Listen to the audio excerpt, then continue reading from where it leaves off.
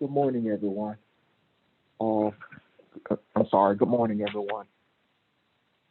On yesterday, we looked at Genesis chapter 2, and we were trying to see what we could pull from those first three verses. And we particularly looked at the word host and went into that a little bit and talked about what it means to rest. And we want to go back there today because we had a question that ended yesterday. Someone asked about being the first of the year, and if you add the numbers up, it equals the number 8. And to me, that was really perfect because this, in these verses that I just mentioned, 7 is very much a part of what we're looking at and discussing. So as George is going to unravel this, the number 8, we'll, as we discuss this, attempt to make that connection because even though 7 is the end of something, it's also connected to this, what George is going to say. So with that said, and one other thing before we move on, turn it to George and Barbara, is I mentioned to you yesterday, and I don't want you to think we forgot 2 Peter. Pastor, again, is tied up this morning, and he's going to get on as quickly as he can, but he's not on right now, as I understand. Right, Pastor? I don't think he's on just yet. So when he does, maybe at the end we can talk about 2 Peter, but I don't want you to think we forgot about it. So if you have any questions or anything, we will be more than happy to go back to that probably at the end. So we'll start off with George talking about the number 8 and the significance of it, the new year, and where we are, particularly is what we're looking at. That's what we're trying to glean from this, okay? So, George, it's all yours. Thank you very much, Ron. What I'd like to just start out by just saying, and just in terms of giving some reflection, yesterday being ushered into the new year, I looked at, the number 8, and basically the number 8 has to do with the newness of life. We talk about the number 8 being new beginnings, but it says that this number often signifies a new start or commitment to God or Elohim in one's life. And so, there's many examples that are in the Bible that basically deals with the number 8. And I'll just kind of just mention a few, and then I'll look at the metaphysical understanding of the number 8. But examples in the Bible included the flood. God had found favor with Noah as being righteous. And so there were a total of 8 people that was inside the boat. And, the scriptures, can relate to that, and I can share that if people want to know. But then also it talked about the Abrahamic covenant, with God. And it says for generations to come, the 8th day would be special as they would be circumcised as an outward symbol, of the covenant. And then it also talked about God appeared to Abraham and confirmed his covenant with him. There's the Old Testament laws, that many important laws deals with the number 8, which involve being renewed. We talk about the renewing of our minds, be not conformed to this world, but be transformed by the renewing of your mind. And so it's a new beginning. The number 8 also talks about the circumcision. In obedience to this law, Mary and Joseph brought Jesus to be dedicated and circumcised on the 8th day. It related to cleansing, where again, any Israelite, that had an infectious disease, they were not able to come before God and worship for the 7 days' work to remain away. But on the 8th day, the priest would pronounce them clean and would bring an offering on their behalf. It talked about animal sacrifices in terms of the 8th day, where if a calf or a lamb or goat is born, it was to remain with its mother for 7 days, but from the 8th day on, it would be acceptable as a food offering presented to the Lord. But these are just how the number 8 represents the various aspects, in the Holy Book And I just mentioned two more. It talked about the temple. And in the 8th chapter of the book of Kings, the temple was dedicated to God. And it was part of the beginning in reference to that resting place for the Ark of the Covenant. And then the last one I'll just read about is just the New Testament, where the ultimate new life and beginning was Jesus Christ. And so the number 8, again, has a lot of significance, in the Bible. And the last one was about the doubting Thomas, where when Jesus appeared, before the disciples, Thomas was not present at that time. And so, again, Thomas had doubt and didn't believe unless he was able to see the risen Christ. And Jesus, was able to, speak to him in that way where Jesus said unto him, Thomas, because thou hast seen me, thou hast believed. But blessed are they that haven't seen and yet have believed. And so the restoration of Thomas, was good. And so I just wanted to share those thoughts. And the last piece I wanted to just speak about was just, again, the metaphysics, in terms of the number 8. And then I'll be done, Ron. I'll take to let me share. But it says, a metaphysical understanding of the number 8 is, 8 is the most active spiritual number situated at the active end of the soul plane. It is the number of wisdom expressed intuitively through loving action. And it brings independence into focus.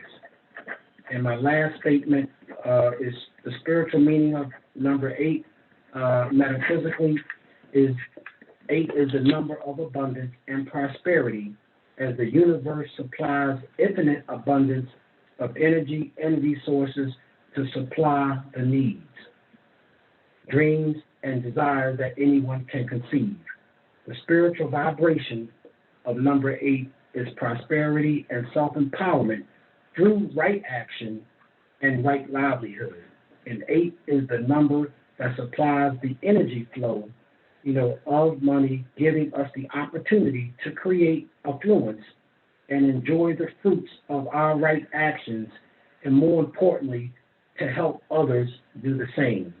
So I just wanted to share that information on number 8 from what I can gather, but if anyone else have anything they want to say, Ron, I'll make the pass back to you. But thanks for letting me share that information. I'm done. Oh, sir, thank you. That was awesome.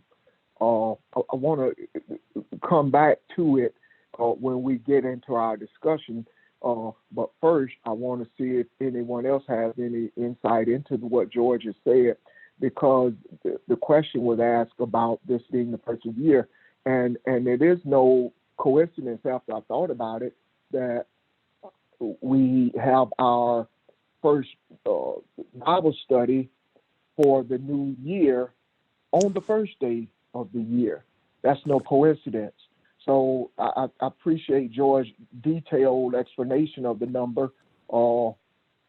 And a couple of things that he said stood out to me, and that's the newness of life. I like that, and the new start, and being fat or overflowing. So, there's a lot there. Anybody else with any insight, or anybody want to connect that to us having our lesson on the first day of the year? What the significance of that? Ron, this Yes, is ma'am. Barbara. George, if you would just repeat the section that you talked on under metaphysical meaning. You talked about vibration and self-empowerment with right action, but I didn't catch the rest of that. That's part of its meaning. Yes. It was saying that the spiritual meaning of number 8 is the number of abundance and prosperity, as the universe supplies infinite abundance of energy and resources to supply the needs, the dreams, and desires that anyone can conceive. And that the spiritual vibration of number 8 is prosperity and self-empowerment through right action and right livelihood. And 8 is the number that supplies the energy flow, of money, giving us the opportunity to create affluence and enjoy the fruits of our right actions, and more importantly, to help others do the same. Is that okay, Barb? Thank you, George. Okay. Go ahead, Ron.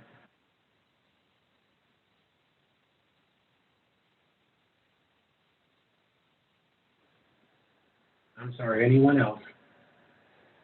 Yeah, I'm sorry. I'm talking. Yeah, I would just say what that describes to me. It describes where we are right now, and the opportunities that lie before us. So, anyone else? Anybody has any insight into what he just spoke of?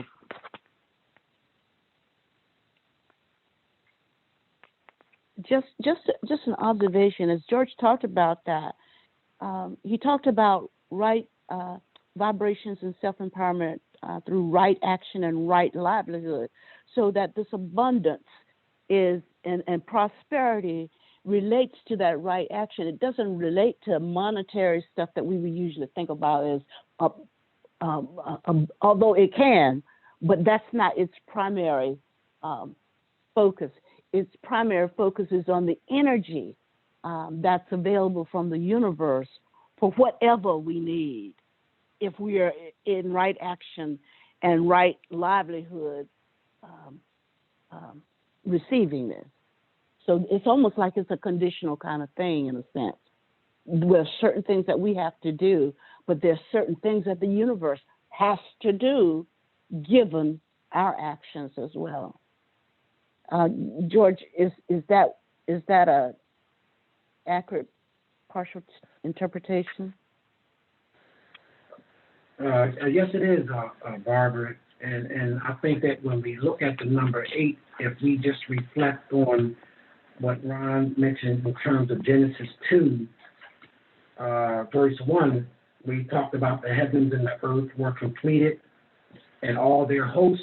And so as we, celebrate this new beginning and we talk about being the creator, having a human experience, then we have the opportunity to create.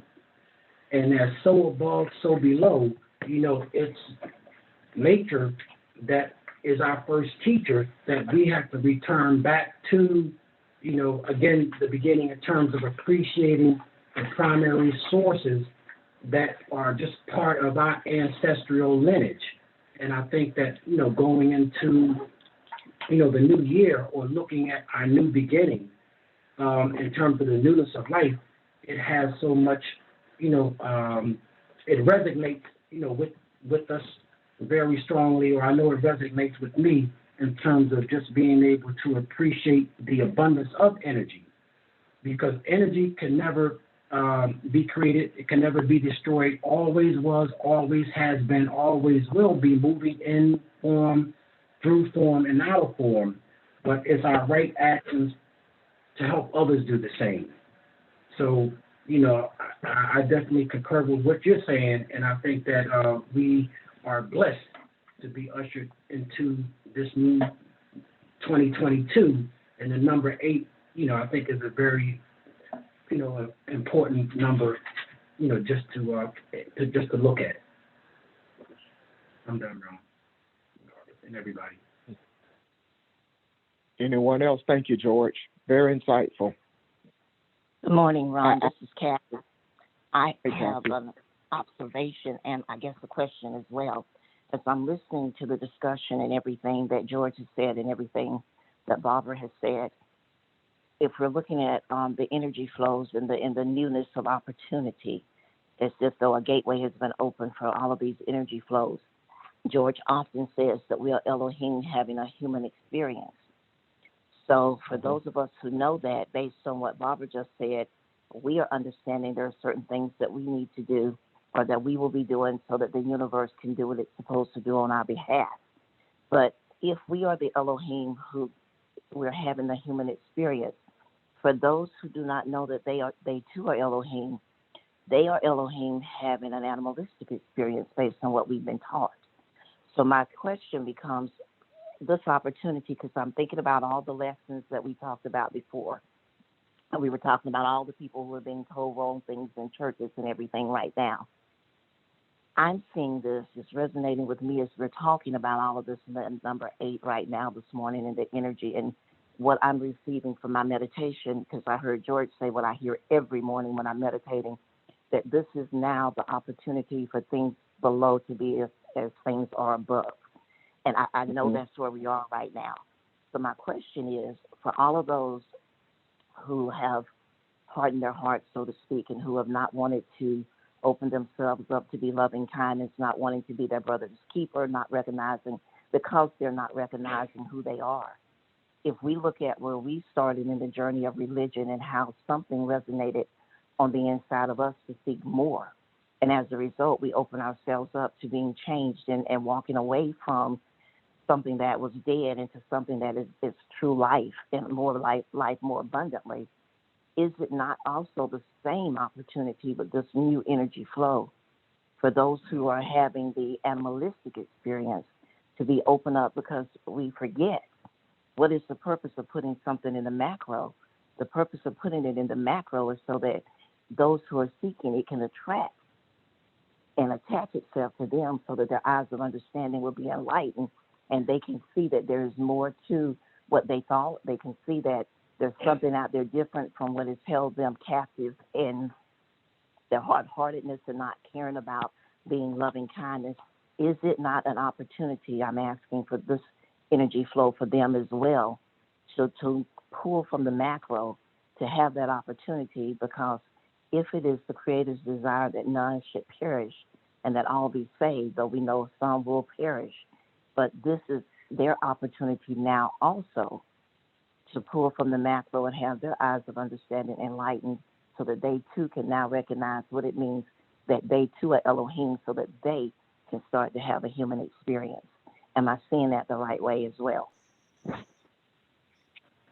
I think, absolutely, and I do think that's what it means to put in the macro, so others can have opportunity. And I want somebody else to answer this as well, but I still don't. I'm sorry, go ahead. If somebody else has. Okay.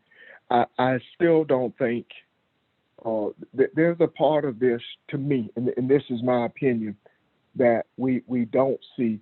I don't think that everyone on this side will get this and make that transition while they're in the earth. I don't think that everyone will make the transition from being an animal to being the human.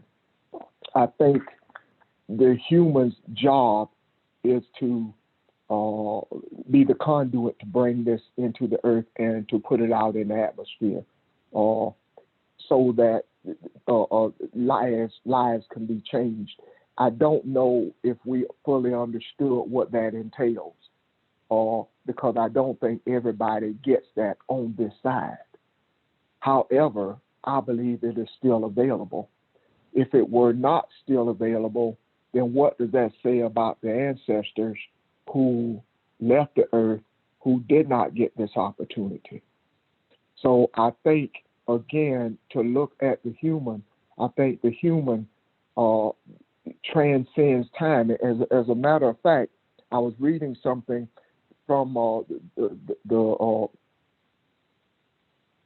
I can't remember what book it was, Book of Life, or Book of Creation, one of the books that I had, that was talking about the temple, and one of the words for temple was palace.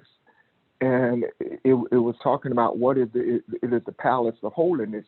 And the holiness is talking about, for those that study the tree of life, if you look at Malkuth, which is the bottom layer, is the earth where the Holy Spirit resides, where the Shekinah resides, and Keter being the most high place, it is the palace that holds that together. It is the palace that feeds that. So what is the palace? You are the holy place. You are the palace. So you are the light that comes from above down to below, and you are what feeds the earth. You are the one that helps set the vibrations for the universe. So when you look at that, it gives a different meaning, a more satisfying meaning to looking at seventh and the word Sabbath. So as I see it, I think you're exactly right, Kathy. And I think we are on that path right now. But I don't think it'll ever be a point where everybody comes to the conclusion that I am not human and I want more from this. I think there may be some who transitioned, and there may be opportunity in another world for that. Now, that's my opinion. But if someone can speak to that, or if you see something different, please do.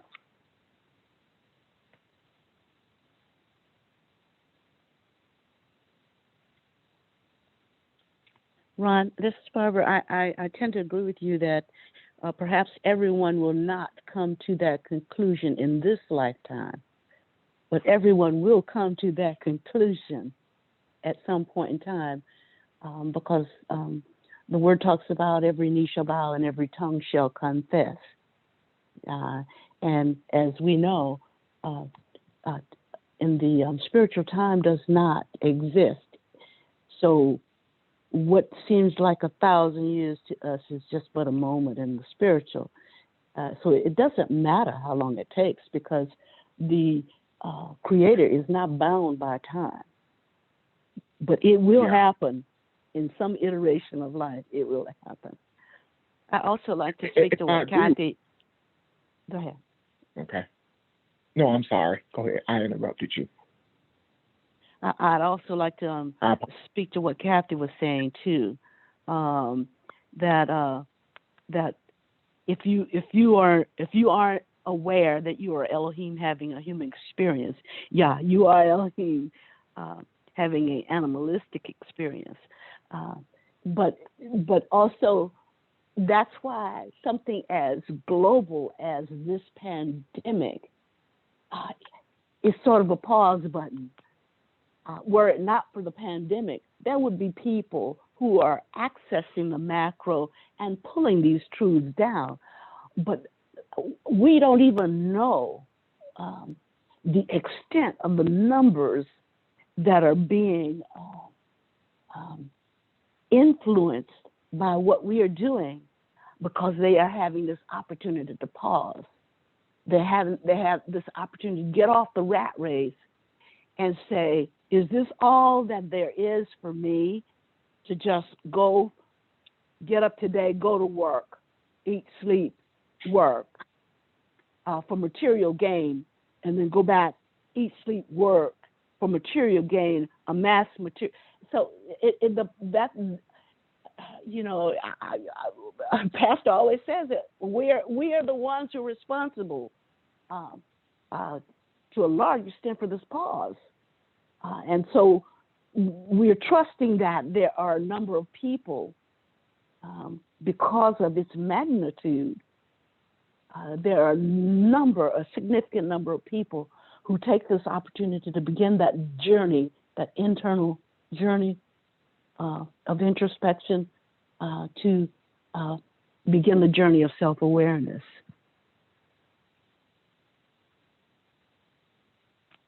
And also, Barbara, that pause included redefining what you think the church is. Because during this pause, during this time to reflect, during this time to seek, we were taken out of a physical building and put in a place where we have to really begin to ask ourselves, then what is the church? Because that's why people keep having these experiences of, I'm trying to go back into a physical building, because they're not wanting to let go of that idea that building is the church. So even within this pause of going to work and all of those things, it hit you also in the heart of religion, because now that thing that you have loved and that sacred communion table and all those little nuances that are important to you that you call, quote unquote, being religious, it was also called into question. And now you're having to even reflect on, well, okay, now the scripture says that we are the temple, we are the church. What does this really mean for me now? So even that pause button had to stop. You had to stop and think about that as well. And I just wanted to add that to what you said. I'm done. That's so significant, Kathy, assuredly. If I didn't go back into a building anymore, and just related and just was able to communicate with you guys in any way I can communicate, that's fine with me, because even the Babylonians tied holiness to the space, just as you said. Even the Jewish people, holiness was tied to wherever the tent was set and the ark was, and that's all. That's blasted away, because it was never really the space. It's beyond space. Holiness is beyond space, and in a sense, holiness is beyond time. So yeah, that's a big deal. You're right. That's a biggie. I wanted to add something to that, if I may. When you're talking about we for being responsible in ways for what's happening in terms of the virus, if we think about how many people have been touched by it, and we take that and relate it to what we put in the macro, why, to me, the same number of people who has been touched by this virus as a result of our desires are also being touched by what we put in the macro in terms of our teachings, in terms of the truth that they have opportunity to have. Is there for them to receive just as easily as that virus was there to infect them. So I do believe that right now we are on the verge of seeing the receptivity of those who have been searching for something better than what they have been experiencing, be it religion, work, or the effects of this virus. I'm done. I just wanted to add something to what George said,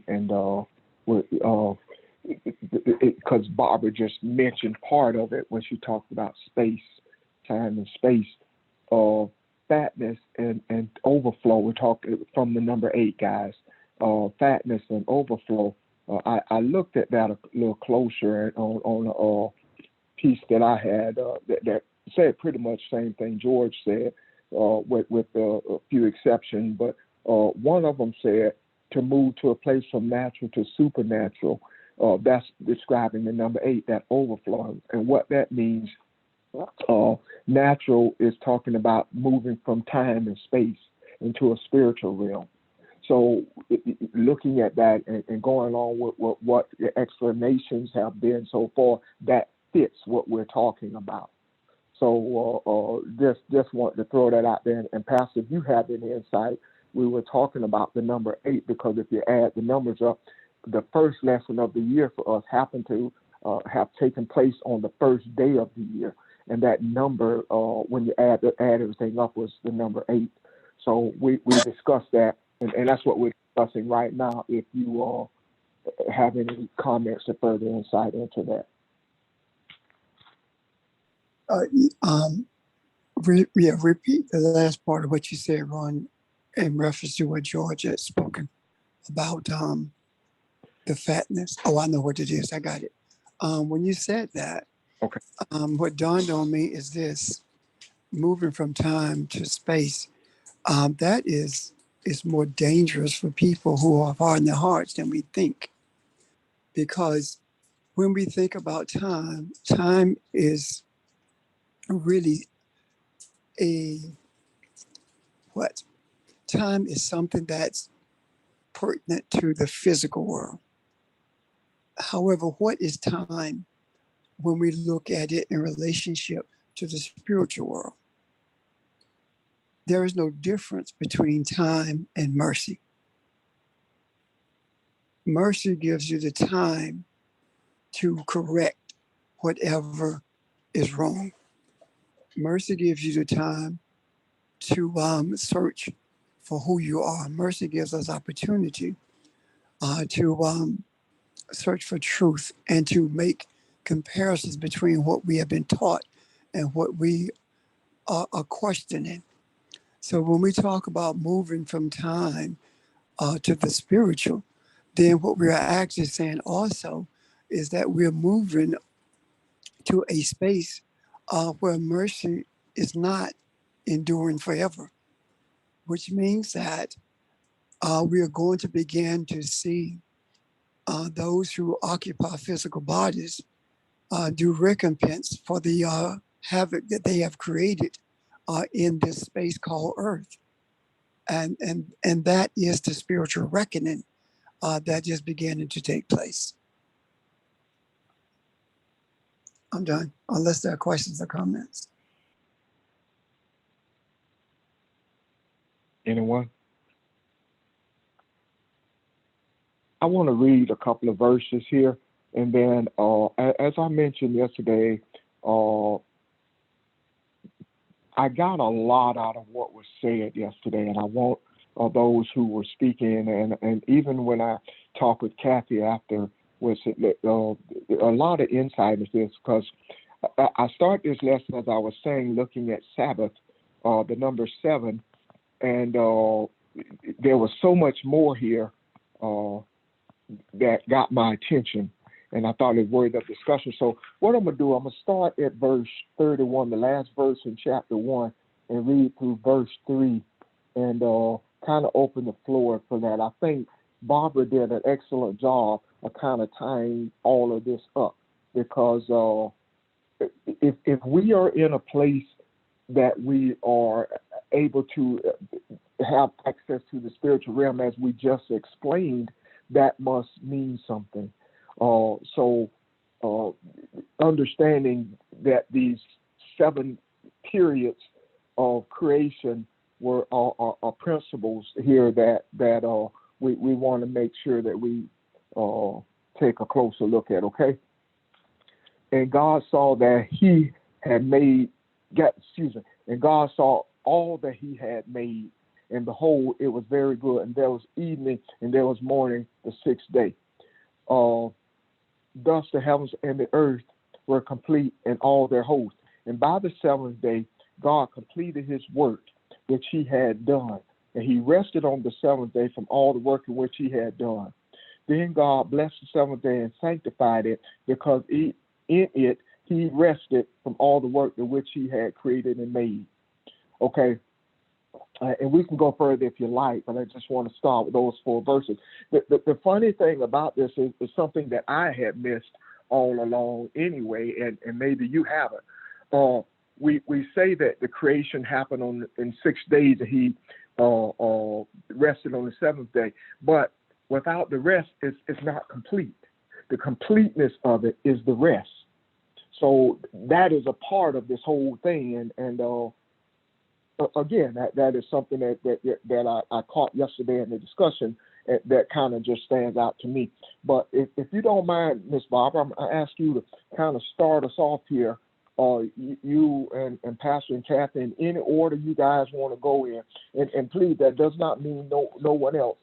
I just want them to repeat some of the stuff they said yesterday to get the discussion going. Okay? So. Okay.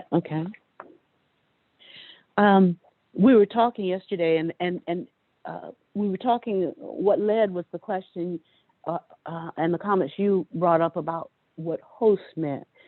And so in order to, as you said, understand what that means, you got to go back, because Genesis 1 is not a separate chapter from Genesis 2. Only later did man do that. It's one continuous kind of conversation about what happened in terms of creation. And the first day, if you'll remember, heaven and earth were created, and light and darkness, which was called day and night. The second day, the sky was, God said there would be a sky in the middle of the water, and it would divide the water from the water. So it separated the water from the sky from the water in the earth. And he called the sky heaven. Third day, the waters under the heaven should be gathered into one place, and that's when you had the seas and the oceans coming together. And God said, the earth shall send forth vegetation, plants, et cetera, And all of that happened. All of this is part of what he was speaking into being as part of creation. Fourth day, he said that it said that the lights in the, there shall be lights in the heavenly sky to divide day and night.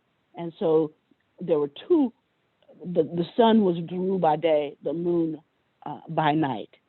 And of course, you had all the other stars, which are suns in their own right. Fifth day, waters would begin to teem with living creatures, from the largest to the smallest, and then he also talked about winged flying creatures as well, living creatures that crawled, or all of that on the fifth day, and then he added a blessing to that. He said, "Be fruitful and multiply and become many. Fill the waters of the seas. Let the flying creatures multiply on the land." That was the evening and morning of the fifth day. Sixth day, the earth would begin to bring forth living creatures, whether it's livestock, land animals, beasts of the earth, wild animals, domestic animals. And then after that, God said, "Let us make man with our image and likeness to dominate the fish of the sea, the birds of the sky, livestock, and all the earth, every animal on the land that walks the earth." And that was done. So the man, the man, woman was created. And that's the second time God said, "Be fertile, become many, fill the land, conquer it, dominate the fish of the sea, birds of the sky, every beast that walks the land." And the reminder that they'd been given every seed-bearing tree and fruit to eat. So when we talk about hosts, then we get to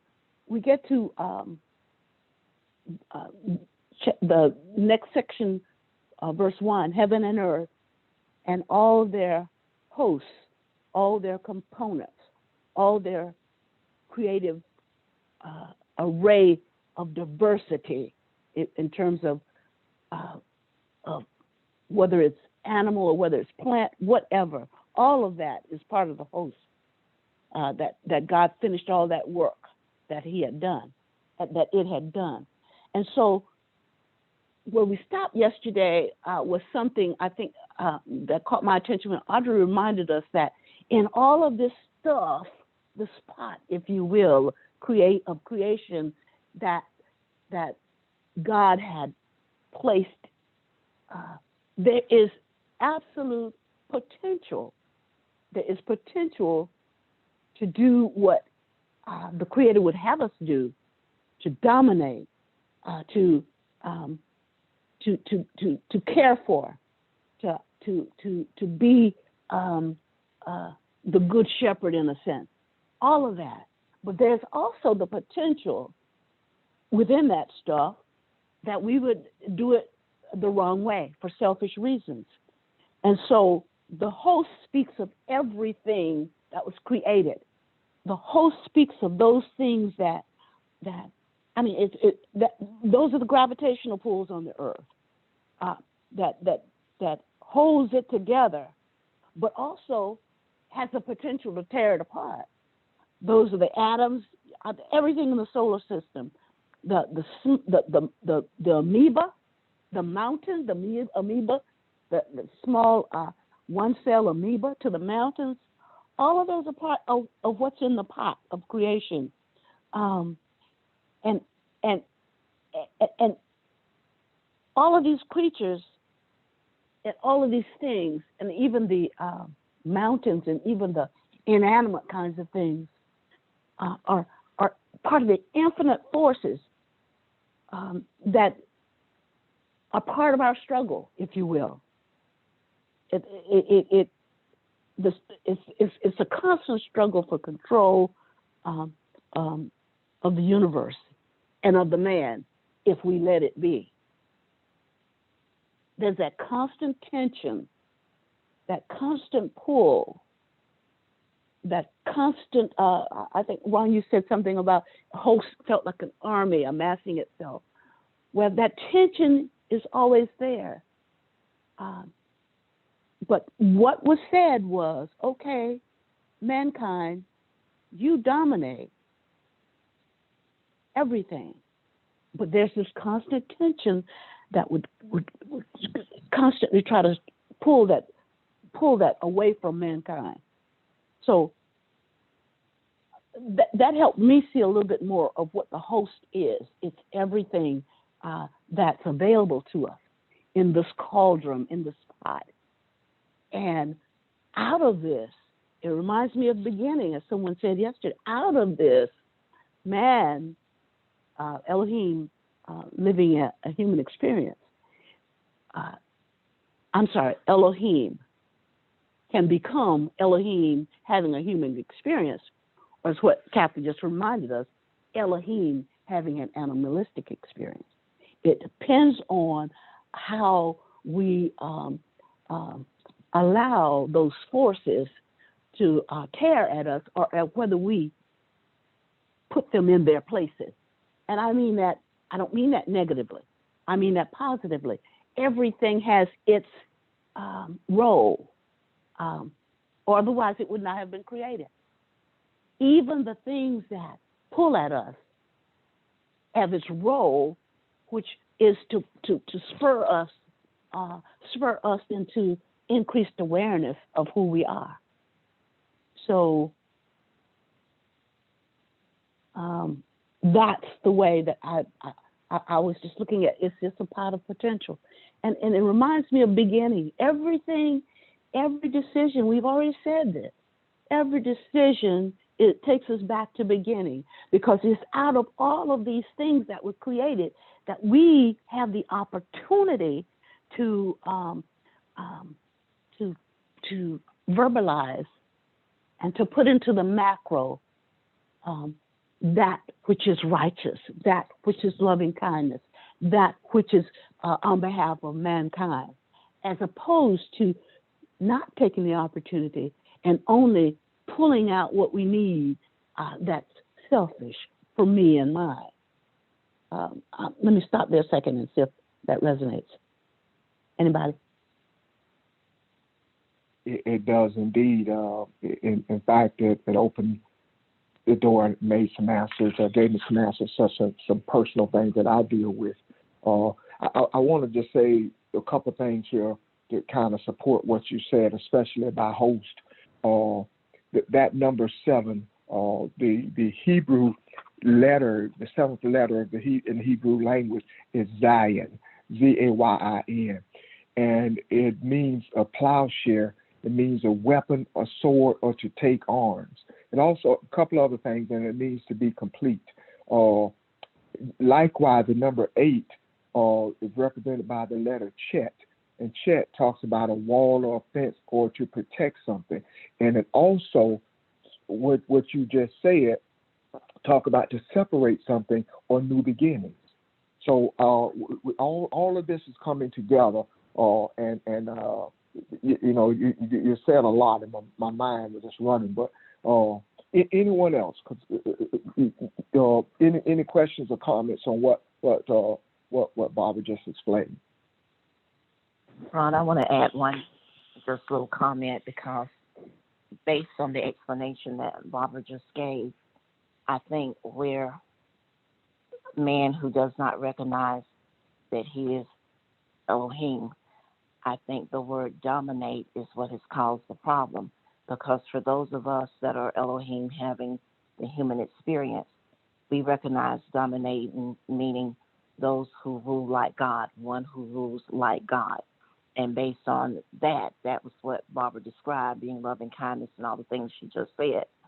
When you don't see sight of that and you hear that word dominate in the mind of the animalistic being, that means to be in control of or to rule over something or someone, as opposed to caring and being the keeper of someone and being loving kindness. And I think that, to me, what resonated strongly was that's where the division comes with those who don't understand who they are. And I'm using that word division loosely because I know we're still all one.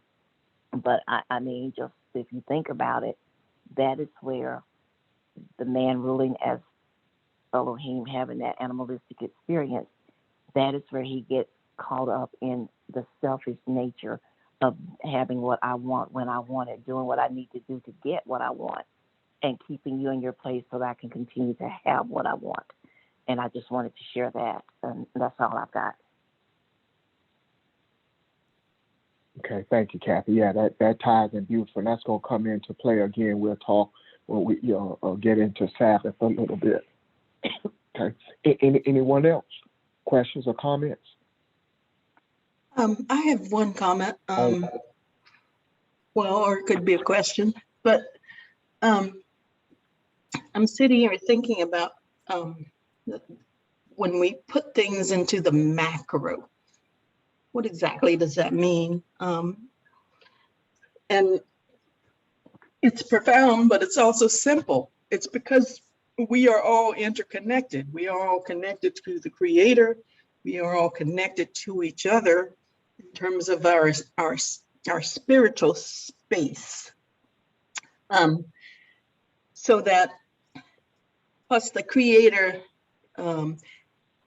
he put that melanin in our ears and in our brains and in our hearts and, in all our other inward parts, as well as for us, some of us on the outward parts. But that melanin then absorbs the sound and the vibration. So part of that macro is that our spirits are interconnected, plus we are all connected to the Creator. We can all absorb that sound, that vibration that comes. And we all have a choice to make. Are we going to follow that inner voice vibration, or are we going to do other things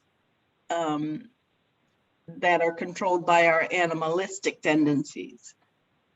So I guess my point is that macro thing is just the interconnectedness of us all. So that when I hear something, a whole lot of other people can hear it too. It's just what we do with it. If you see what I mean. That's an excellent observation. Yeah, I see exactly what you mean, and you're right. That's a very powerful thing to say when we put it in the macro, and then kind of opens your eyes, even if you have a thought of what that meant. That really kind of resonate with me, kind of make that real. It goes into something else that I was looking at. I was reading something this rabbi said. He was talking about meditation and breathing and how important that is. And he was saying that is the thing that you possess, because that breath is tied to your feelings and emotions and your thoughts. So you're meditating on love and kindness, that gets put out there, and other people breathe that in. If you're meditating on anger and hatred, that too gets put out there, and other people breathe that in. So that is the thing that we all have in common. That is the thing that we all share, and we don't readily give thought to how important it is when we say we meditate, or if something bothers us to the degree that it takes us out of character, that we don't quickly settle ourselves or just say, you know what, just relax, just breathe, just relax. And not only that, it helps us to see further or better than we would if we stayed in a state of angerness or a state of being upset all the time. So you're right. It ties us all together. It puts us all in the same place. Anyone else? Questions or comments, y'all? I love that because it gets us right into what Sabbath is. Because you started it off, Ron, when you said that what's done through the first 6 days is significant. But remembering the Sabbath, that's the thing that we can go to and be, because that's who we are. It's the inner part of us, that part that acknowledges that we are connected to the Most High, and that we are connected to each other. And when we remember that, then all of the things that we've done during the other 6 days of life, if you will, of work, if you will, all the things that would tear us apart and make us and get us off track and distract us and make us sometimes forget who we are, which is Shabbat, which is that inner us, that inner connectedness, that inner peace. All of those, that's what Sabbath does for us. It reminds us to take this moment, take this point, and remember who you are and remember what you are, as opposed to all that you've been dealing with throughout the 6 days. If you look at everything that's happened worldwide, that's what we are dealing with as Elohim, constantly. Yeah.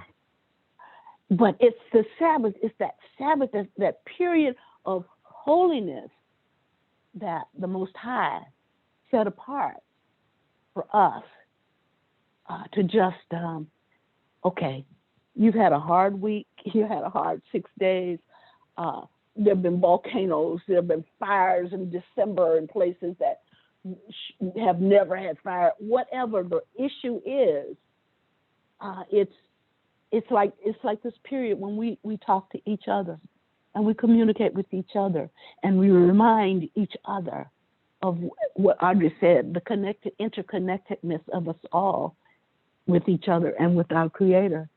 And it reminds us that apart from our Creator, if we choose to try to be different and separate apart from the Creator, all of this means nothing. It all falls apart. But it reminds us that it is because of our relationship, our being one with, that whatever is in the macro, we are capable of doing. And so that's part of what Sabbath is. And that's why the Most High said, okay, remember who you are. When everything is going about you, take this moment to just center yourself into connecting and remaining connected and being aware that you're always connected. And you don't have to do anything. You don't have to do any work. You don't have to do any creation at this point in time. Because I did it. The creator did it all the other time. I can still sustain you when you are just taking this moment just to be, in a sense. Yeah.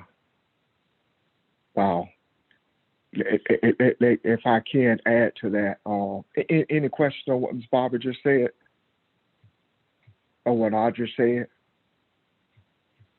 I saw something when you were talking there.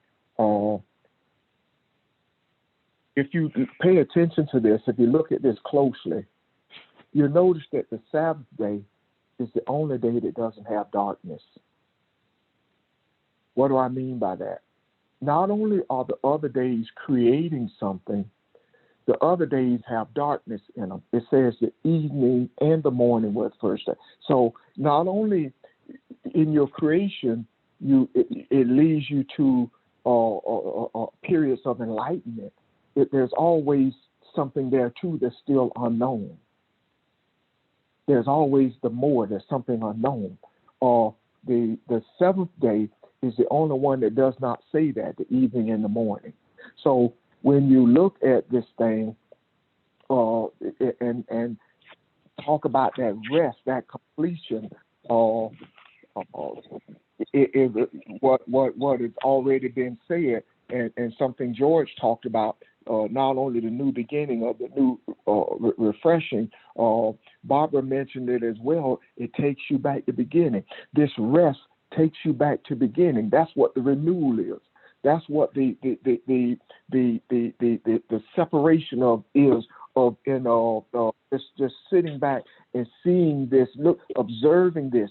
It is looking at the stableness of it. It is recognizing that the seventh day is what takes you into the eighth day. There is a connection there. So when I am full, when I am fat, and I am overflowing, that's what takes me to the new beginning. That's the restoring, the restoration. It was somebody else trying to say something. Does that make sense to you? Does that make sense at all? And I'm just kind of reiterating everything that Barbara just said. So it talks about being sanctified. That apartness is for you to be refreshed, so that you can be enlightened. Again, as we looked at this, we at the onset, we talked about that palace and you being the palace in the earth that connects everything. You connect everything. You are the enlightenment. You are the one that transcends everything. What do I mean by transcend? When we talked about that space and time, you transcend that. You are what brings about, opens everything up to the spiritual world. You are the human. You are the human. So this is very real. And that seventh day to me is awesome.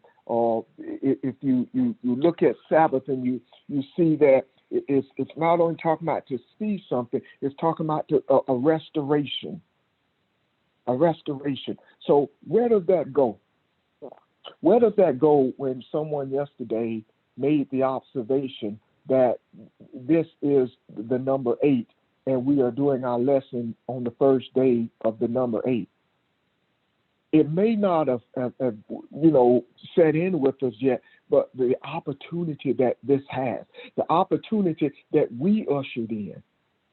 You are what churns what's going on the earth. You are that agitation, whether that be good or bad. We talked about the pandemic, and that looked like a bad thing, but you are the one that turned these negative things into or something positive. That's what Barbara said yesterday that caught my attention when she started talking about all these negative things and how it is the word of God. It is the human that are able to bring good into the earth from these things that seem negative.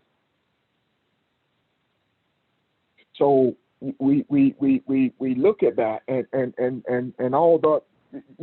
That's something that we have to absorb. That's something we have to experience to get a full meaning of. But that's where we are. And there's no coincidence that this is where we are. And we're having this discussion at the beginning of the new year. Anyone else? Questions or comments?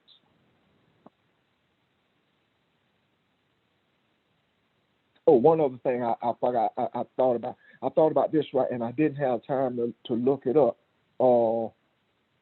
I remember I was trying to fast forward through my notes. We had a discussion several months ago about being at the age of Aquarius, and some of the things. I think that ties in as well. I don't remember the details of that, but I just say that to remind us of who and where we are. So again, any questions or comments? Ron, there just a couple other things. You said that also chess meant a fence around sort of kind of thing too. Well, when we talk about the commandments, they're listed in Exodus 20, starting with verse 8, and it says, "Remember the day of Sabbath to sanctify it." But also in Deuteronomy 5:12. If you really go back to the root of the way that Deuteronomy says it, it translates as safeguard the day of Sabbath to sanctify it. So not only are we only to remember it, we got to safeguard it. It's like that tension that we talked about that continues within all of us. but we are the ones who have to put a wall around it to keep it safe, to not only remember it, but to prevent it from anything else from getting to us. Again, distracting us, and what we used to say, somebody's going to cause us to lay our religion down. Well, you can't, that's Elohim speaking from an animalistic perspective.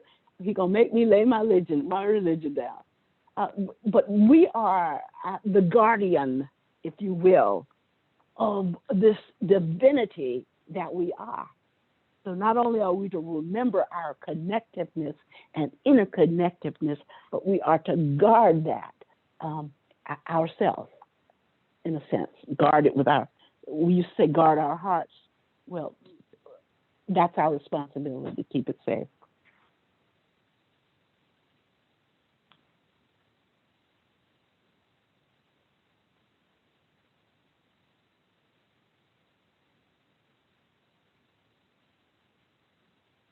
Thank you, Barbara, because this is Charles. I was thinking about all that before you even started talking about it.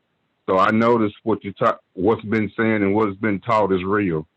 Because in my thoughts, I was thinking about the boy came to Jesus and telling Jesus, I kept those commandments. I'm raised in those commandments. And Jesus looked at him and told him, give up what you have and then follow me. And he looked back at himself and he couldn't do it.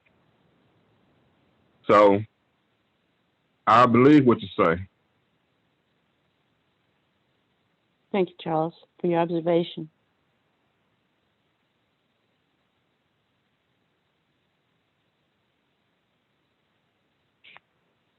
Anyone else?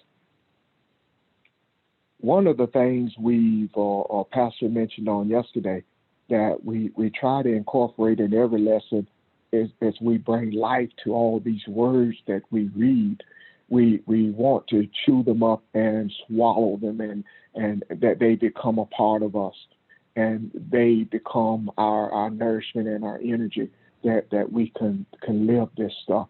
So in that vein, we say that this applies to the here and now as we look at this spiritualness. Barbara mentioned the cultivating. I can't remember, she said that the day or yesterday, but the cultivating of the earth, that is what we're doing. And that is all a part of putting things out there in the macro, as was said earlier. So we are not only changing ourselves, we are changing the consciousness of the earth. We are changing mankind and making things real to ourselves. And let's the Bible is repetitive for a reason. We are headstrong sometimes, as we said. That war, this battle that the host described, isn't always an external thing that you're fighting. It is the thing that is inside of you the most that gives you the most turmoil. So this is very real. Okay? Anyone else?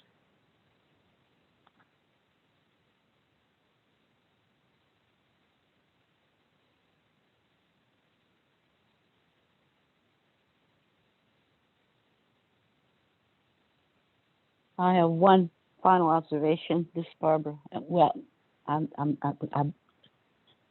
erase that. I have another observation. Okay. If you look at the commandments, remember the Sabbath is the fourth one. The commandments were originally on two different tablets, and on the first tablet were those commandments which related to man's relationship with God, and the second tablet had the rest that related to man's relationship with one another. And so if you put them together, the first commandment goes with the sixth commandment. Second commandment goes with the seventh commandment. Third commandment goes with the eighth. In a sense, that's how it's like everything in this earthly realm. Duality is imposed in this earthly realm, and for a reason. So this one about the Sabbath, though, kind of piqued my interest. The Sabbath was the seventh one. I'm sorry. The Sabbath was the fourth one, I think. Let me get this right, because I don't want to. The Sabbath was, remember the Sabbath, and that corresponds to the ninth one, which is, you shall not bear false witness. And there's a relationship between those two things. If I remember who I am, and I remember that 6 days I as the Most High toiled, but on the seventh day I will take a break. I will emulate. I will do what the Creator did, because I'm created in that image. I will set aside this day to remember my relationship, who I am, et cetera, et cetera. So when I don't do creative work, then what I do, in a sense, is testify to the fact that God created the 6 days and then rested on the seventh. But if I desecrate the Sabbath, but don't remember that, I bear false witness, in a sense. I bear false witness to the fact that the one that I said did this, and I'm created in the image of the one that did this. And I do not do this. I do not remember the Sabbath. I do not keep it safe. Then I'm bearing a false witness of who I am as created in the image. I don't know if that resonates or not, but I saw that, and things have to be. I can't say one thing and do another. In other words, the universe has to see that consistency in not only speech but in action. And I can't say this is what I'm going to do and then act another way. That's bearing false witness, in a sense. So that just kind of resonated with me. It may not as much with others, but it just resonated with me. Thank you. No, thank you. I'm going to look at that from that perspective. I had not considered that at all. Anyone else? I want to make sure we get this, y'all. This is important to me. It's not only the first lesson of the year. It shows us where we are, and it is a beautiful thing to see this. Yes. I'm sorry, I didn't mean to cut you off. This is Mary. So Hey, man. I had the commandments all wrong, and thank you, Barbara, because it's dealing with self, not outward. Because when she said that, I'm thinking, oh, but yeah, not supposed to lie and all that. But no, it's about me being true to who I am. It's not about the outward stuff. And if I learn that, then I'll be able to love. I will be I will be a witness of who I am through my actions, and not so much as looking outward at others, but inward and seeing who I am and who God is in me and the reflection that I give. So thank you so much. That was a good insight. Thank you. Yes, ma'am. Thank you, Mary. Anyone else?